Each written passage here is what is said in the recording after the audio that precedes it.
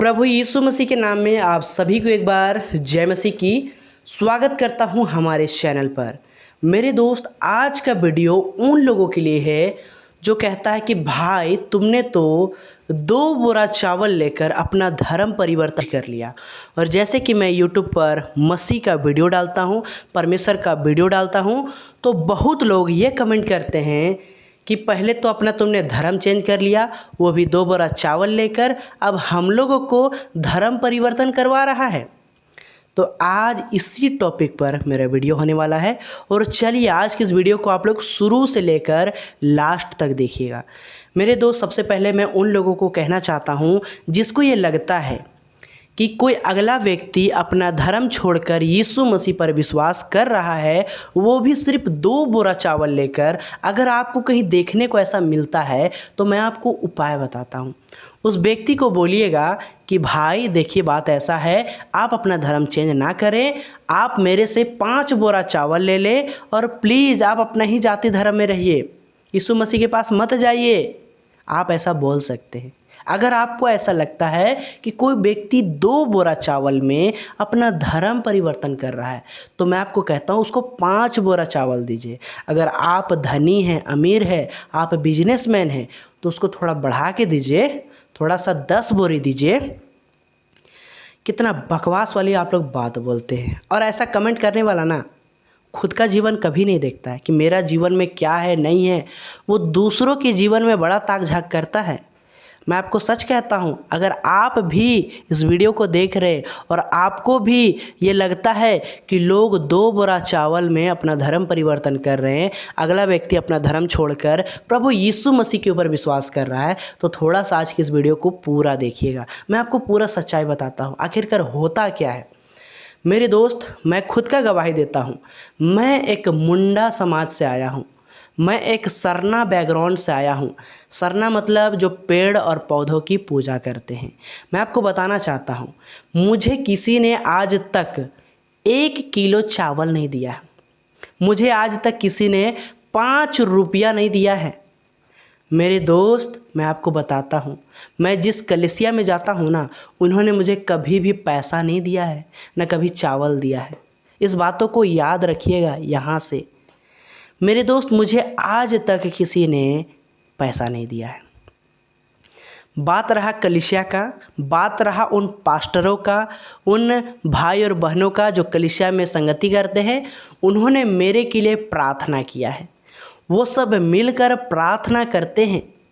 मेरे दोस्त, जब मैं ढूंढ रहा था कि ऐसा कौन है जो हमारे परिवार को चंगाई दिलाएगा, है ना, जब मैं अपने वाइफ के लिए जगह जगह दौड़ रहा था, ओझाओं के पास दौड़ रहा था, तब कोई पूछने नहीं आया कि भाई तुम कैसा हो, लो थोड़ा सा पैसा इलाज करा लेना, लो थोड़ा सा पैसा उस भक्ताइन से दिखा लेना। उस समय कोई कुछ नहीं कहने आया।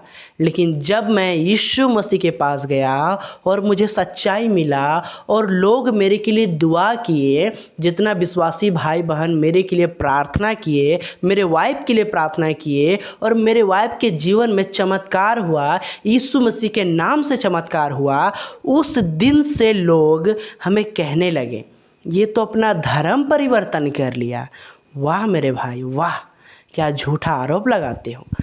मेरे दोस्त, मैं आपको पूछना चाहता हूँ, जिस दिन मैं जगह जगह भटक रहा था, उस दिन आपका नज़र मेरे ऊपर नहीं पड़ा, मेरे पत्नी के ऊपर नहीं पड़ा कि ये 2 व्यक्ति भटक रहे हैं, चलो इसको कहीं पे एक स्थाई देते हैं, कहीं पे जगह देते हैं।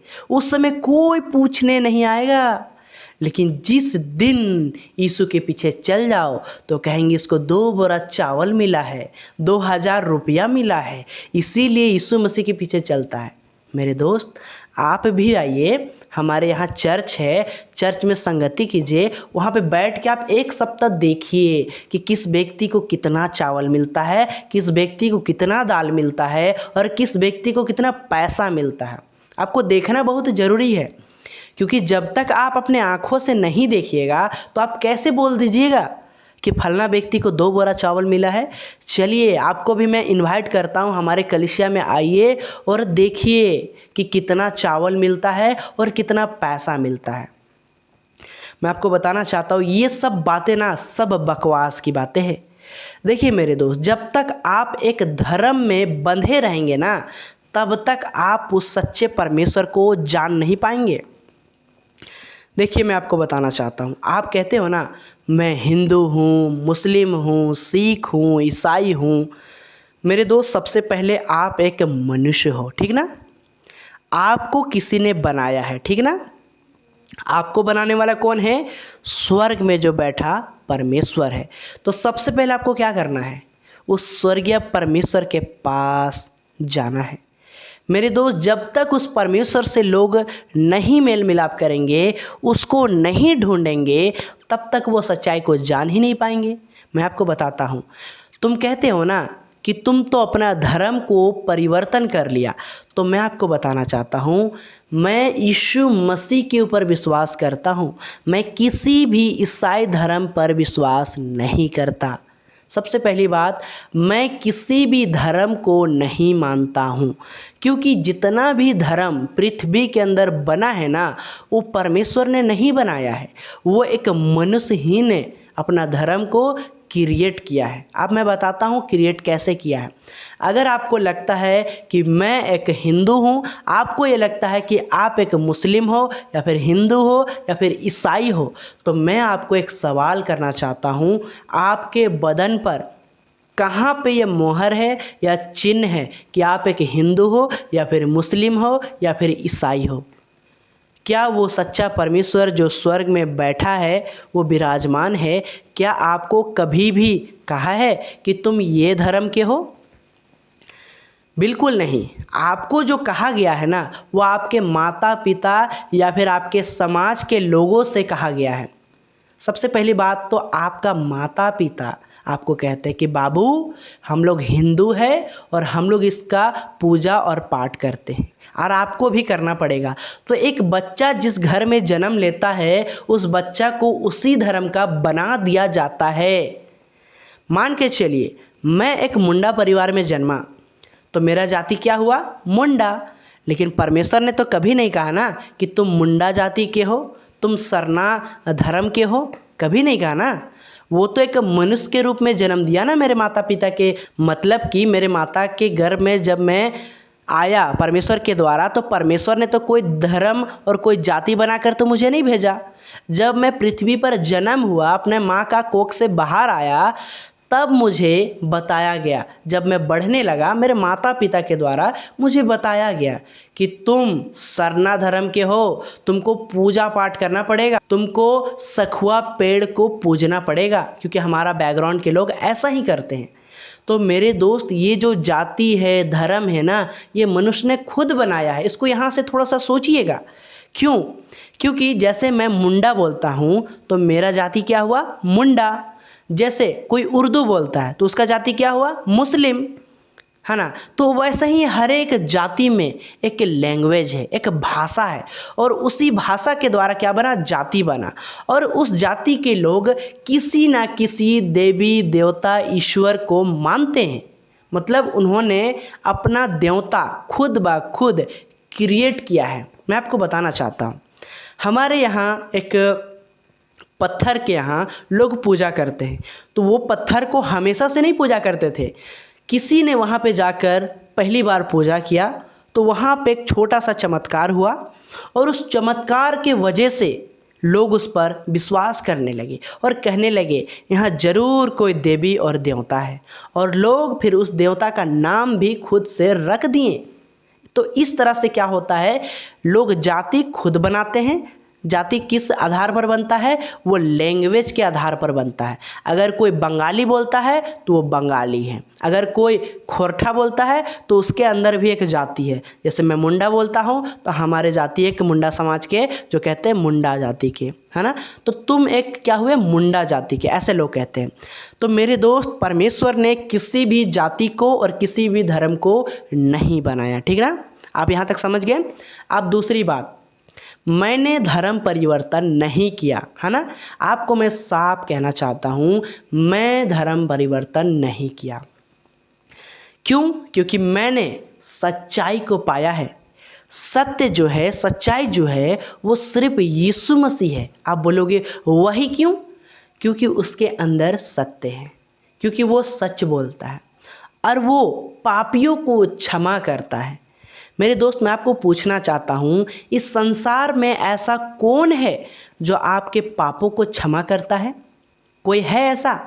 आपने तो सुना होगा अपना ही बैकग्राउंड में कि एक बहुत बड़ा राक्षस था, एक बहुत बड़ा पापी मनुष्य था और उसको मार दिया गया। तो मतलब आपके समाज के द्वारा ये आपको पता चला कि जो पापी है आपका ईश्वर ने उसको मार दिया, है ना। तो यही सीखने को मिलता है आपको कि हमारा ईश्वर ने पापियों को ख़त्म कर दिया। तो आपको क्या सीख मिला? कि पापियों को मार देना चाहिए। लेकिन एक जीवित परमेश्वर, एक सच्चा परमेश्वर जिसने खुद मनुष्य को अपने हाथों से बनाया, वो परमेश्वर कहता है मैं किसी को भी नष्ट करना नहीं चाहता हूँ, किसी को भी नहीं।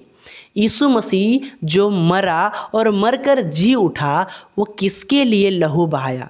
उस क्रूस पर 3 किलो में, जो आप कहते हो ना 3 किलो में मर जाने वाला वो परमेश्वर कैसे हो सकता है?